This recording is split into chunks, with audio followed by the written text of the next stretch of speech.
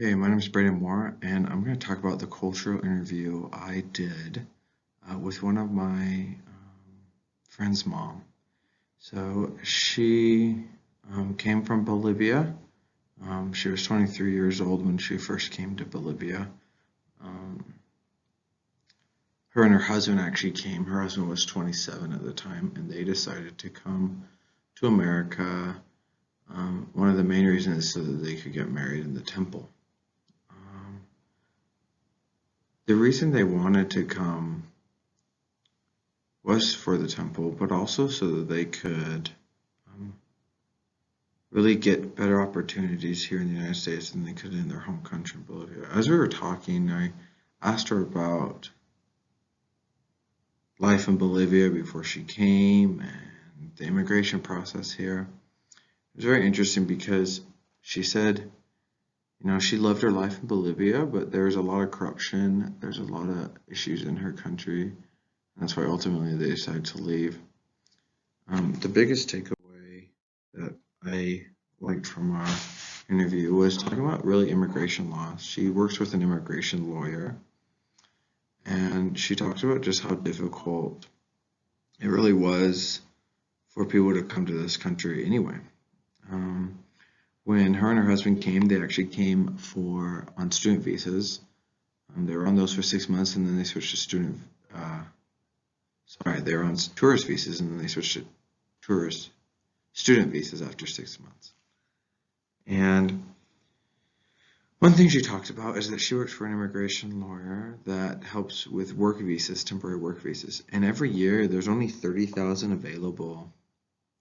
But over 98,000 people are trying to get those work visas. And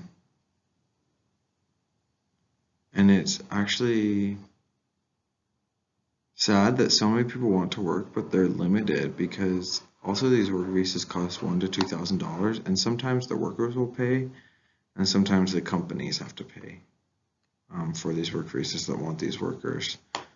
But I also teach an immigration class.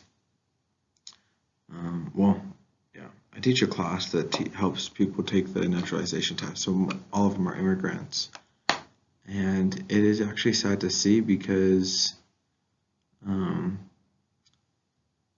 they have to pay so much money to get all the paperwork in order to take this test. It's expensive, and a lot of them don't have that type of money. But a lot of them have been here for 15 to 20 years, and they have to spend their entire time learning this information that for some of us, we grew up learning it multiple times as we were growing up, but for them, it's brand new information that, in my opinion, sometimes really doesn't have anything to do with